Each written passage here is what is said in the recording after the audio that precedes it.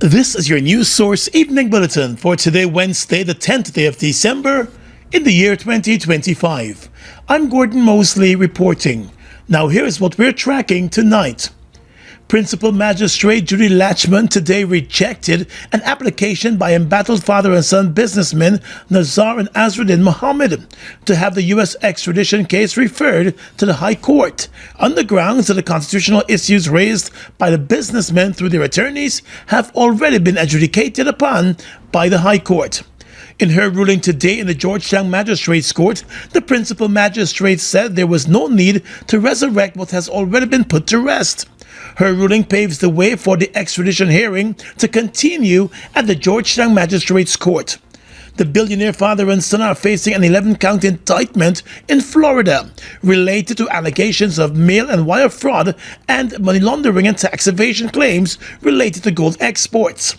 The attorneys for the Mohameds had argued that the Fugitive Offenders Amendment Act of 2009 infringes on the defendant's constitutional rights, particularly with regards to re-extradition by a third state, as they made a case for the constitutional issues to be addressed in the High Court.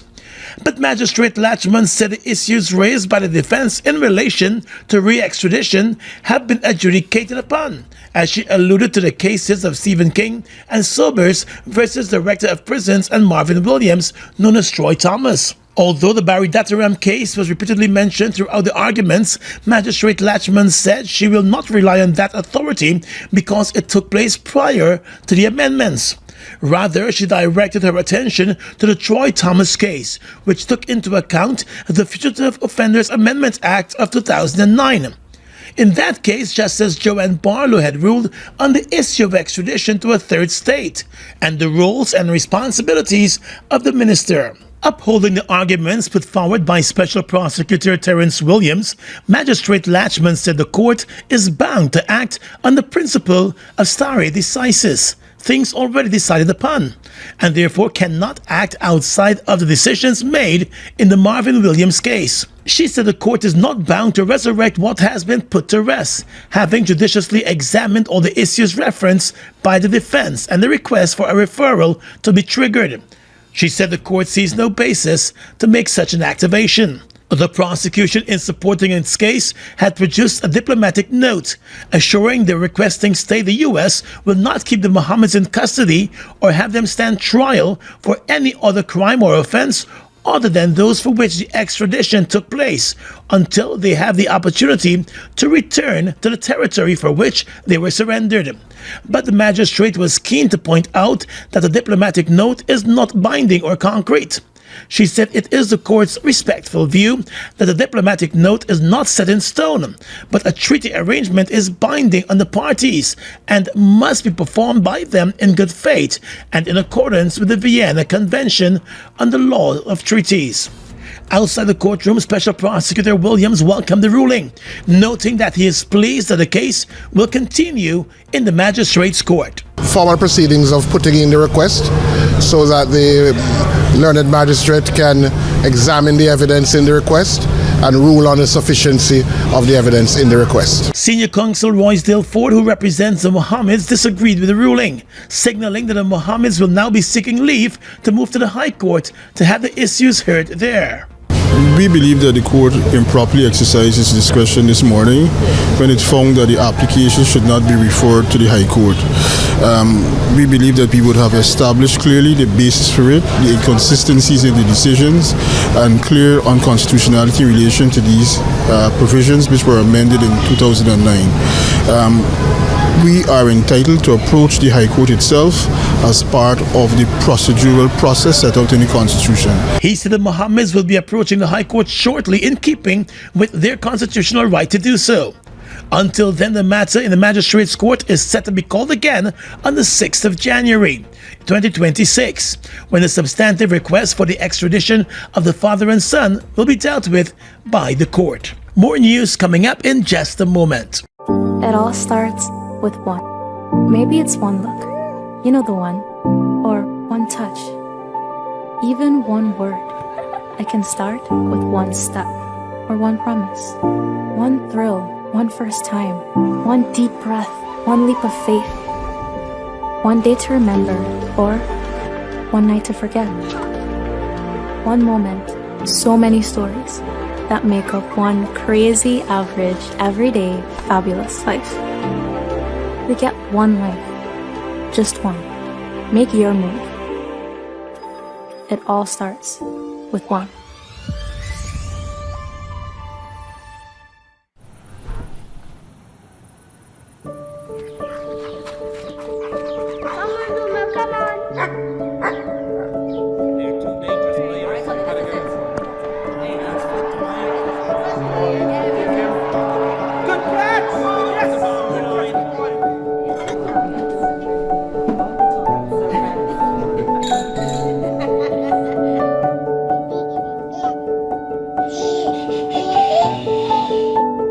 Your own home is so much more than just four walls, floors, and ceilings. It's a lifetime of great memories and stories. Come talk to us and start your journey home today.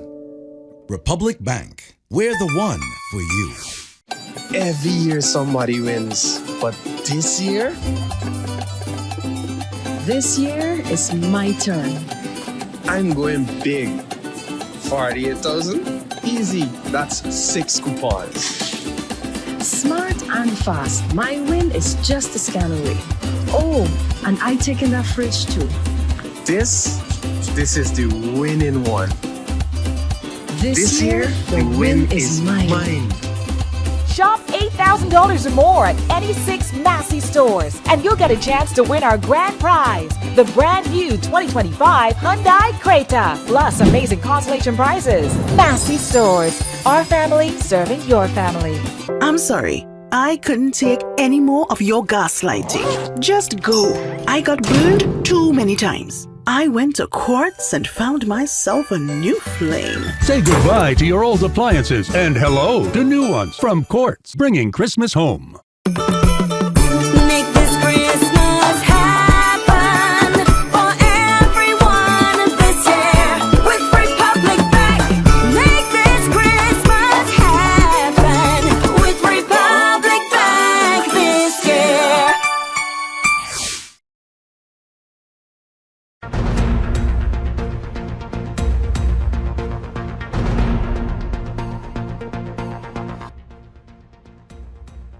The Private Sector Commission today released its findings of its observation team at the last elections and said it found no evidence of abuse of state resources by the incumbency or undue influence during the 2025 elections. The private sector indicated that the elections were conducted in a peaceful, credible, and transparent manner. Chairman of the Private Sector Commission, Captain Jerry Gavaya Jr., presented the Commission's report on Guyana's general elections 2025 to the media today at the Private Sector Commission's head office in Georgetown. It came one day after it was handed over to the Chairman of the Guyana Elections Commission, retired Justice Claudette Singh. The European Union Elections Observer Mission, in its report, expressed concern about undue influence and abuse of state resources by the incumbency. But Captain Gavaya said while he respects the European Union, the Private Sector Commission's findings were starkly different. Claims circulating in public domain concerning the voters list, ballot secrecy, and undue influence were largely political rhetoric. The PSC observation found no evidence to support these claims. The fact that the leader of the contesting party, We Invest in Nationhood, or WIN, contested the elections under U.S. sanctions, which were imposed long before his involvement in politics and were grounded in investigations spanning multiple U.S. and Guyanese administrations, in the view of the private sector, had no particular bearing on the democratic rights of the individual concerned. Mr. Gavaya said the Private Sector Commission found that the elections were credible and were conducted in a peaceful manner. The PSC concludes that the September 1, 2025 elections were conducted in a peaceful, credible, and transparent manner. The final results, as declared by the Guyana Elections Commission, reflect the will of the Guyanese electorate. Election day proceeded smoothly, with polling stations opening on time, GCOM staff demonstrating high levels of competence and impartiality, and strong representation from party agents, specifically the PPPC, APNU, and WIN, ensuring a robust multi-party oversight. He said the tabulation and recount processes were found to be transparent and professionally executed. However, the Private Sector Commission submitted that there are areas for improvement, including the standardization of voting booth layouts, physical accessibility at polling places, and refinements to GCOM's public communications. The findings of the Commission are based on the extensive observation work done in the lead-up, during, and even after the elections, Gavaya said. The Private Sector Commission, according to Gavaya, undertook one of the most extensive and professional domestic election observation efforts in its history. 150 trained observers were deployed across regions 2, 3, 4, 5, 6, 9, and 10, with the PSC operating a fully staffed Observer Coordination Center from the 29th of August until the 4th of September. Gavaya said with support from PSC member organizations and businesses across the country, the mission constituted the largest and most comprehensive private sector-led observation deployment ever undertaken locally. Minister of Public Utilities and Aviation Deodat Indar met today with officials of the Guyana Power and Light Company, following two recent power outages that impacted service delivery in the Marara and Berbice. Those outages took place late last evening and earlier today. On Tuesday night, customers in the Marara and Berbice experienced an interruption in the electricity supply following heavy arcing and short circuit at the 69 kV transformer at the Kingston substation, where smoke was observed emanating from the transformer panel. A technical team was immediately dispatched to investigate the root cause of the disturbance, which was reported to be a damaged cable. GPL has earlier today, the 69 kV line linking Edinburgh and Vredenhoop substations tripped while transmitting approximately 15 megawatts of power. The sudden loss of generation, according to GPL, caused a cascading effect across the grid, resulting in service disruption to customers in the Marara and Berbice. GPL said teams were dispatched to determine the reason for the disruption. It was determined that the disruption was due to the movement of heavy machinery in close proximity to the transmission lines. The Ministry of Public Utilities said it continues to work with the GPL to maintain a reliable supply of electricity. The ministry said GPL has sufficient base load generation of over 250 megawatts of reliable generating capacity to meet and far exceed the current demand of 210 megawatts.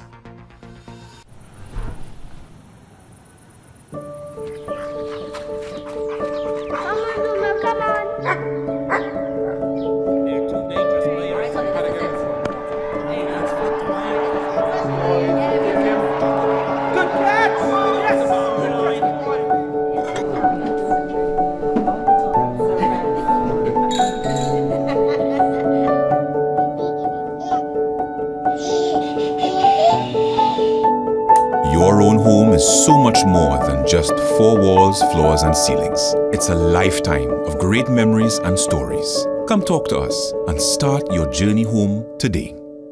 Republic Bank. We're the one for you. Washi. Hi people. Washing made so easy since I found Washi.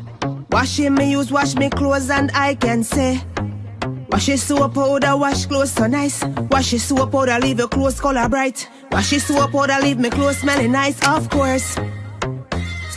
So give thanks for wash it soap powder for doing my laundry right. Keep my clothes color bright, have my clothes smelling nice for sure. I could not ask for more. Comes in lemon and original.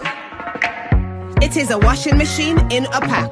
Wash it soap powder, wash clothes so nice. Wash it soap powder, leave your clothes color bright. Wash it soap powder, have my clothes smelling nice, of course. Distributors located in the Stabrook Market.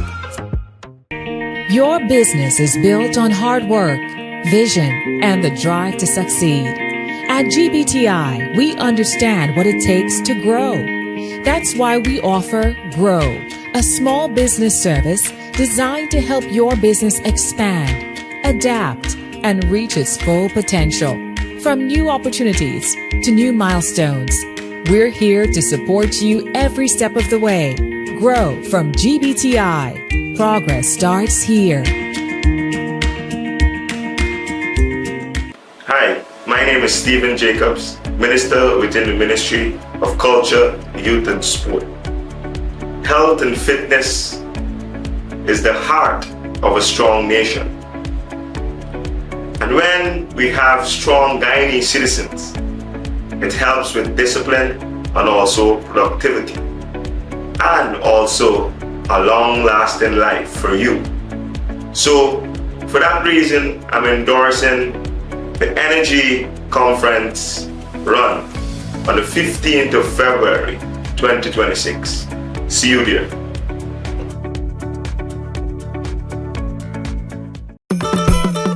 Make this Christmas happen for everyone this year with Republic Bank. Make this Christmas happen with Republic Bank this year.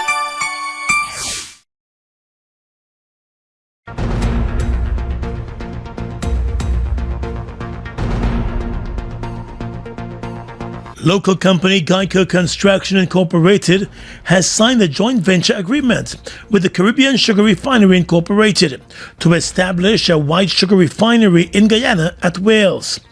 The partnership represents a milestone in the country's ongoing efforts to modernize and sustainably transform the sugar industry. That's according to the Guyana Office for Investment. Delivering remarks at the signing ceremony last evening, Chief Investment Officer of Guyana and agency head of GoInvest, Peter Ramsarup, commended the historic investment, noting that it reflects the dynamic economic momentum that the country is experiencing and the growing confidence of local and international partners in the country's development trajectory. He said that the country is in some of the most exciting times and that they are witnessing real-time development of the nation. He emphasized that the government's aggressive push to lower energy costs through major initiatives such as the Gas to Energy project is central to strengthening the value-added manufacturing sector and catalyzing new industrial investments like the one reached between Guyana and the Caribbean Company. Senior Minister within the Office of the President with responsibility for finance, Dr. Ashley Singh, also delivered remarks. He said the agreement for the refinery aligns with the President's vision for a revitalized and future-ready sugar industry. The advancement of the refinery initiative, he said, stands as a promise delivered, moving the sector toward higher value production, export readiness, and improved economic resilience. The Guyana Office for Investment said it reaffirms its commitment to supporting initiatives that enhance national productivity, generate employment, and contribute to Guyana's continued economic diversification. The Guyana Responsible Parenthood Association and Blossom Incorporated, a non-governmental organization, today renewed their calls for urgent reform of Guyana's child marriage laws to protect children from harm, exploitation, and lifelong inequality. The call came as Guyana joined the rest of the world in observing Human Rights Day. The two groups reminded that child marriage remains one of the most pervasive human rights violations affecting girls in Guyana, despite strong international and regional commitments to end the practice. While the Marriage Act Chapter 4501 establishes 18 as the minimum legal age for marriage, Sections 31.1, 32.2, 33, 42 and 65 allow exceptions that permit the marriage of persons under 18, including girls as young as 16 with parental consent, and even younger in circumstances such as pregnancy. The GRPA and Blossom said the provisions, though historically introduced to address specific situations, now function as harmful loopholes that legitimize child marriage and expose girls to significant risk, including rape and other forms of violence. According to the joint statement from the GRPA and Blossom Inc., available national and international data underline the severity of the issue. According to estimates from Girls Not Brides, 32% of girls in Guyana are married before the age of 18 and 6% before the age of 15, while 12% of boys marry before the age of 18. The two organizations said the figures place Guyana among the countries with the highest prevalence of child and early marriage in Latin America and the Caribbean. The Guyana Multiple Indicator Cluster Survey 2014 provides deeper insight into how entrenched and unevenly distributed the practice is, the statement said. It's said that among women aged 15 to 49, 4% were married before the age of 15, and among women aged 20 to 49, 27% were married before the age of 18. Rates are significantly higher in hinterland and indigenous communities, the survey found.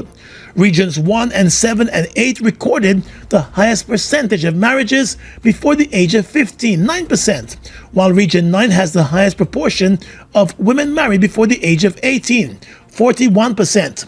The survey also shows that 13% of girls aged 15 to 19 are currently married or in a union, with the highest prevalence in Region 1. The two organizations said despite the findings of the survey, there has been no move to address the situation, and it now wants the government of Guyana to amend the Marriage Act to eliminate all exceptions that permit marriage under the age of 18. They also want the strengthening of protection and accountability systems, expansion of adolescent-friendly health and social services, and investment in comprehensive community education. Leader of the We Invest in Nationhood Party, Azruddin Mohammed, has indicated that his party could move as early as the new week to the court to force the hands of the Speaker to convene a meeting of members of the parliamentary opposition to elect an opposition leader. With a total of 16 seats in the National Assembly, Mohammed, as leader of the WIN party, is in line to be the next opposition leader. In mid-November, WIN dispatched a pre-action letter to the Speaker, warning that failure to convene a meeting within 14 days to elect the leader of the opposition would result in legal action. With the ultimatum now expired, Mr. Mohammed told reporters earlier today that his attorney, Sion Derjon, has advised that the party moves to the court. It is on the table. I think earlier this week, my counsel, he said he wants us to move to the court. So it looked like we will have to move to the court. As early as this week? As early as this week. Mohammed contends that in the absence of an opposition leader, the country is gradually slipping into a dictatorship. Well, presently, there isn't an opposition leader. What is the purpose of an opposition? The purpose of an opposition is to hold the government accountable. Any government, anywhere in the world, to hold the government accountable. What we have in Guyana presently is a dictatorship government. It's a government that don't care about the people. They rather hold this country hostage. Mohammed and his father, Nazar Mohammed, have been indicted in the U.S. and are now facing an extradition request from the U.S. government to answer an 11-count indictment in Florida with regards to fraud.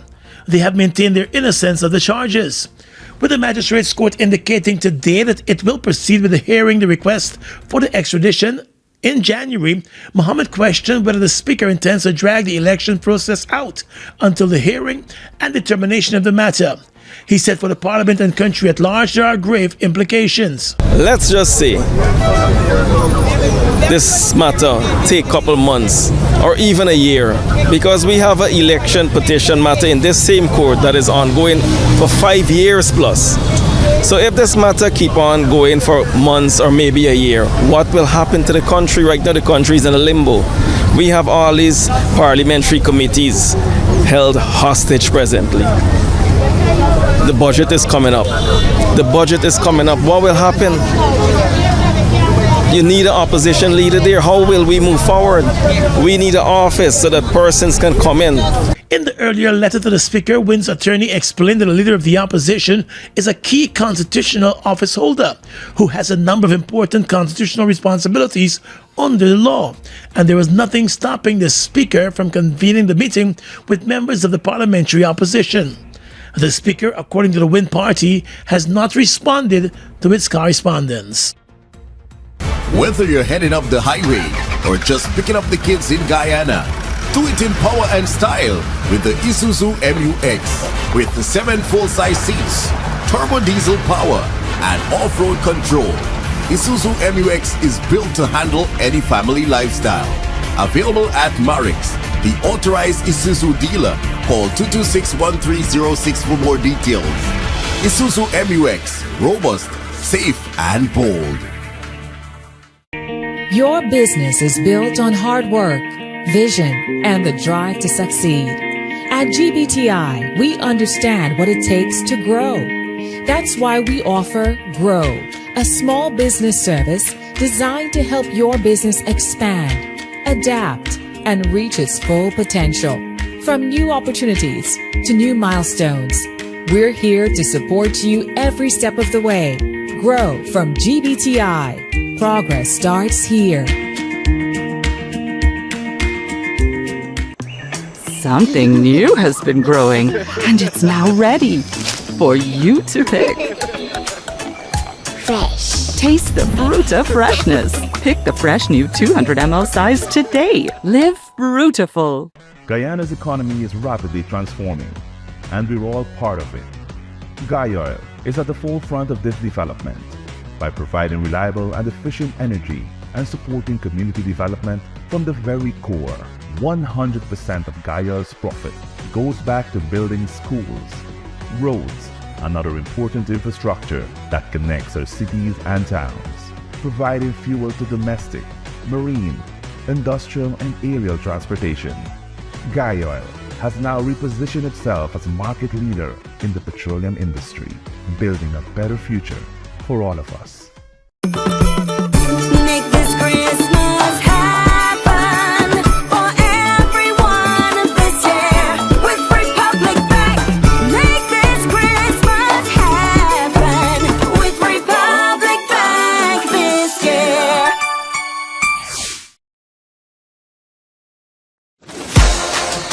Okay, let's do this thing.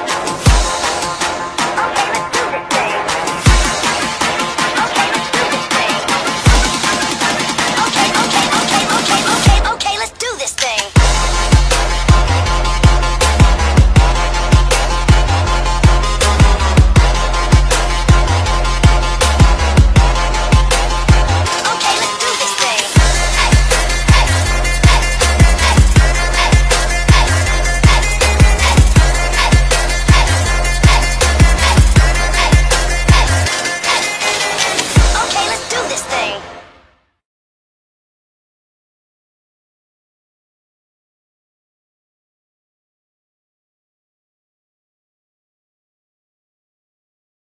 With your regional and international news tonight, I am Svetlana Marshall in the region. Venezuelan President Nicolas Maduro said on Tuesday the country's economy will grow by 9% by the end of 2025. Maduro said a growth rate of 9% is projected for 2025, adding that already the central bank is projecting 7% growth for 2026. Maduro, speaking during a televised forum with business leaders in the capital Caracas, did not provide further details.